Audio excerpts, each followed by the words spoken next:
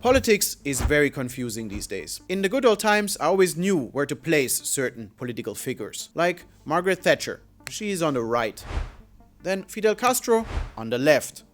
A figure like Ronald Reagan on the right. And a person like Bernie Sanders, again, on the left.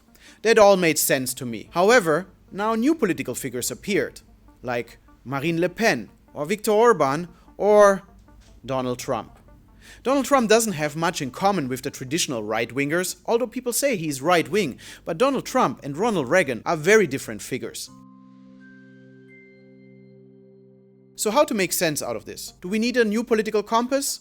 For that, I called my friend Steve Davies, who told me about his theory, the Great Political Realignment, and that's what we will be exploring today. Traditionally, we have separated the political spectrum into the left and the right, with liberals somewhere in the middle, right? So that's how we understood politics. But there's nothing inherently left about socialism or inherently right about fascism. That's just how we understood politics. How did we get there? How did we understand these ideologies as left or right? It dates back to just how the political parties were sitting in the assemblies, for example in France. The socialists on the left and the more conservatives on the right. However, there's nothing geographic about a political ideology. Nevertheless, it helps us to orient ourselves in the political landscape. So left and right is just the orientation for where these ideologies stand on the most important topics for society. Steve Davies calls these issues seminal issues. So what are these seminal issues? Well, if you think about it, these are the big questions.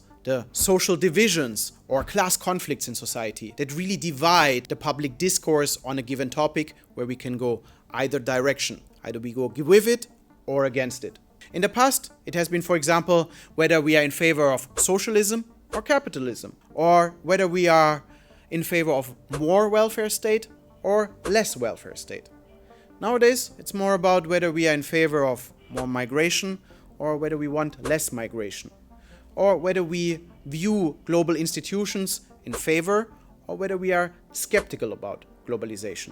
These are the seminal issues, respectively. So it is kind of a navigation tool rather than an ideological tool. There's nothing ideological about it, it's just orientation. So this orientation around the topics of economic development, redistribution, but also socially progressive topics about the empowerment of minorities gave us a very distinct political compass, something that we are all very familiar with, where you have the social democrats opposed to the kind of free market conservatives. And in many of our societies, these are the dominant quadrants of any political discourse. Now you had some minor political blocs, like the consistent liberals, like myself.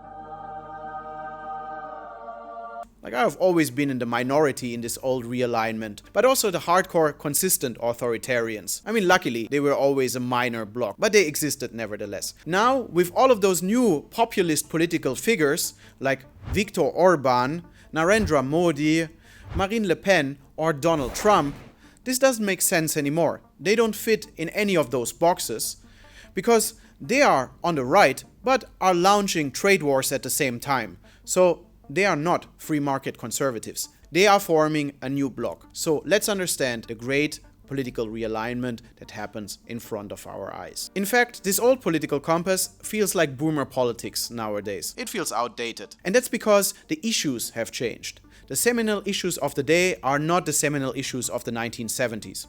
Again, in the 70s it was about how big the welfare state should be. Now, Steve would argue that this has shifted. The seminal issue of the day is identity. Where do I place myself? Where do I get meaning? And that's why we see this re-emergence of nationalism. Nationalism, we thought, was an outdated idea, but oh boy, have we been wrong. It's back in full force because what people are talking about today is where they see their identity, being it with the nation state or even their ethnicity. That doesn't mean that economics is not important anymore. Economic development still plays a very big role in politics, but it's the minor aligning issue in Steve's terminology. So we have a new political compass based on identity and a little bit of economics. And that's why we get 4 new quadrants. Let's look at them and then break them down. In the new political compass, you now have 2 new rival blocs. It's not the social democrats versus the free market conservatives anymore. It's the cosmopolitan liberals versus the national collectivists, or as I call them, the populists. they are the rival blocs. Politics is not about social democrats versus conservatives anymore, it's about liberals versus populists.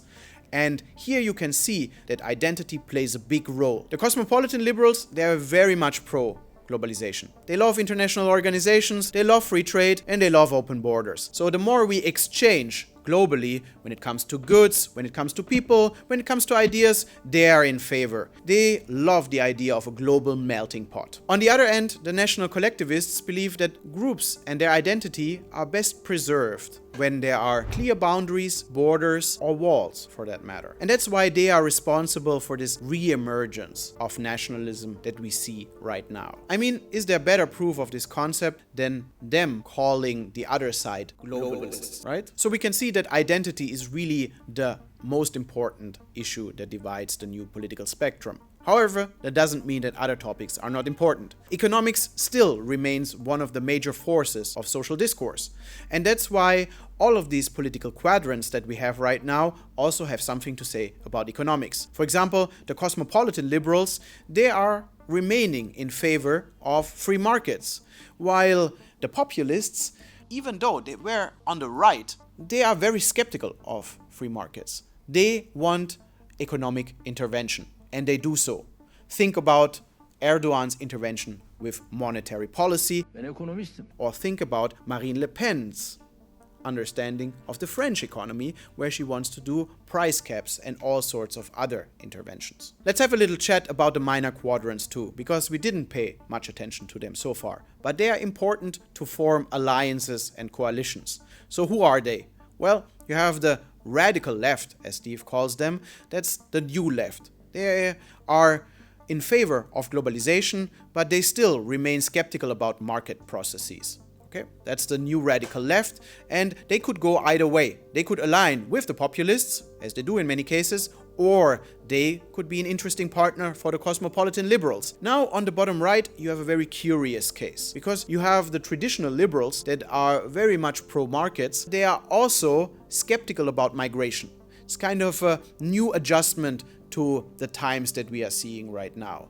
And so we have this new form of liberals that are skeptical towards migration and are buying into the narrative about nationalism. And that again makes them an interesting partner for the populists as well as the cosmopolitan liberals. So you can see that in this new political realignment, there's a lot of fight for the dominant blocs of who can actually govern, who has the majority in society. So that's where the political compass that we have now really helps us, because this political compass really allows us to map the political landscape in each country.